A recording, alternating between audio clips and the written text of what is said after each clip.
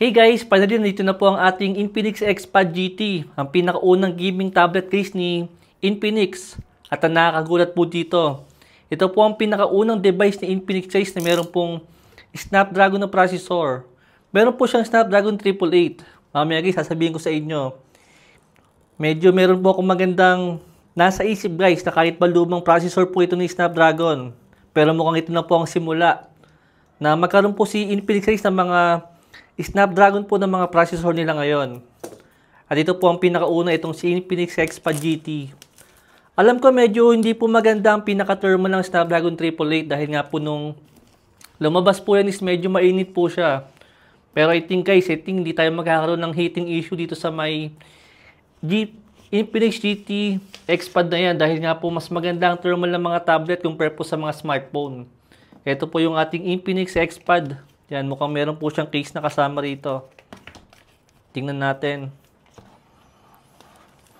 Hindi ko pa matukoy guys kung magkano ba talaga ang SRP ng tablet na to.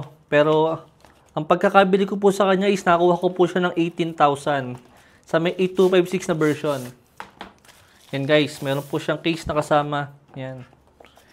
Para sa extra protection agad ng tablet natin. Dahil tingnan nyo naman, no, napakalaki po ng case niya. Ibig sabihin, napakalaki po ng tablet na to. Daily meron po siyang 13 inches na size case. Napakalaki niya yun. No? Para meron kayong idea, ito po yung quick sample natin.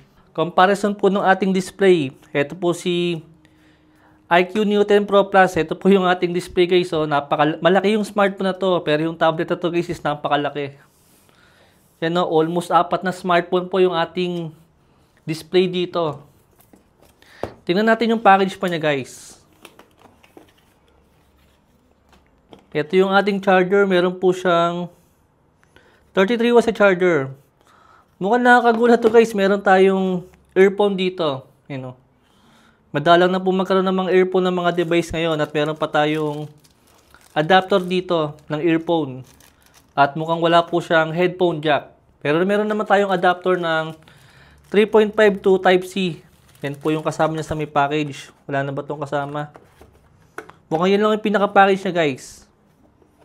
Wala na siyang laman dyan. Tingnan natin itong mismong tablet. Napakalaki niya guys. Nakakatuwa. Buksan ko lang. Nung tinitingnan ko guys yung specs ng tablet na to, medyo hindi pa ako makapaniwala. Itong tablet po na to guys is meron po siyang 8 speaker. Yan guys. Kahit ako medyo nagtataka. Meron po siyang 8 speaker dito. Bilangin natin. 1, 2. Yun. 4. Pero hindi ko sure kung bakit ba 8 to.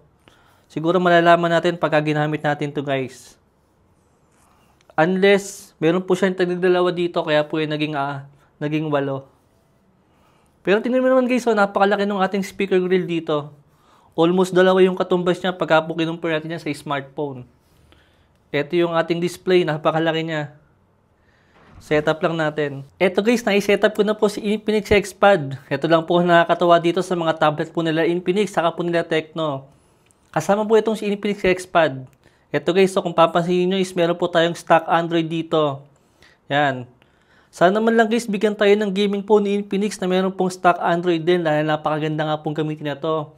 At napaka-smooth niya. Nagtataka lang ako guys, bakit hindi tayo mabigyan ni Infinix ng XOS dito sa mga tablet nila. Ang sagot po dito guys is dahil malaking trabaho pa kung gagawa po sila ng skin para dito sa may tablet po nila guys. Kaya siguro naisipan po nila na stock Android na lang ang gamitin nila. Wala naman akong problema ron. Ito po yung ating display guys is meron po siyang IPS LCD display na merong Corning Gorilla Glass na protection sa kanya. At meron po siyang 13 inches sa display dito. Sobrang laki po niya. At meron po tayong 1/4 per Hz sa refresh rate. Yan guys, oh. At itong Snapdragon 888 guys, ito oh. Ito po yung ating Antutu score na nakuha sa kanya. I think pumapalag pa rin yan para sa ganitong klase ng score ngayon 2025. Still malakas pa rin to. Considering po na tablet size to at nabigyan po tayo ng medyo flagship na Snapdragon guys. Luma man siya. Pero still malakas pa rin yan. Alamin po natin sa may full review po natin ng tablet na to kung kamusta po yung ating thermal dito. Dahil nga po nung minasubukan ako na 888 case na smartphone, sobrang init po ng mga smartphone na yon. Pero dito feeling ko guys, malamig po itong tablet na yan. Dagdag ko nga rin po pala guys, ito pong tablet na yan is meron nga po siyang 33 watts sa charger. At itong battery po natin guys is meron po siyang 10,000 mAh na battery. Sobrang laki po niya. Yan po yung ating design guys. So napakasimple lang po niya. Sinubukan ko na rin guys yung ating speaker dito. Isa lang ang masasabi ko, napaka-wow na wow dahil napakalakas po niya. Yan, Infinix GT. Habang hinihintay natin guys ang Infinix GT30 Pro, ito po muna yung ating tablet ng Infinix. Yan guys. Tignan po muna pala natin saglit guys pagka po nakalagay siya sa may case. At dahil nga po may napansin ako rito na, yan o, meron po siyang ano dyan, accessories na inilalagay sa kanya.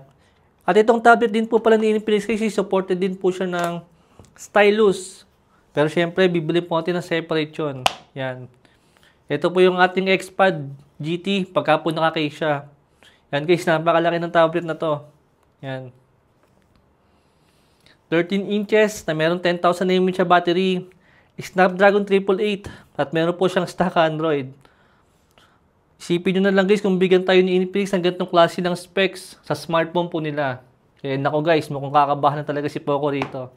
Pero feeling ko, isang magandang senyales na meron po itong Snapdragon na processor. Feeling ko guys, sa mga susunod po ng mga device po ni Infinix, hindi po malayo na bigyan na po nila tayo ng Snapdragon na processor sa mga smartphone po nila. At I think magandang upgrade po yon.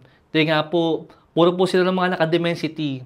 Ngayon lang po ang first time na nagkaroon po ng Snapdragon dito po sa device ni Infinix na yun. Ayun po muna guys yung video natin. Balik na lang po at gagawin ko po ito ng full review sa ating main channel. Thanks for watching.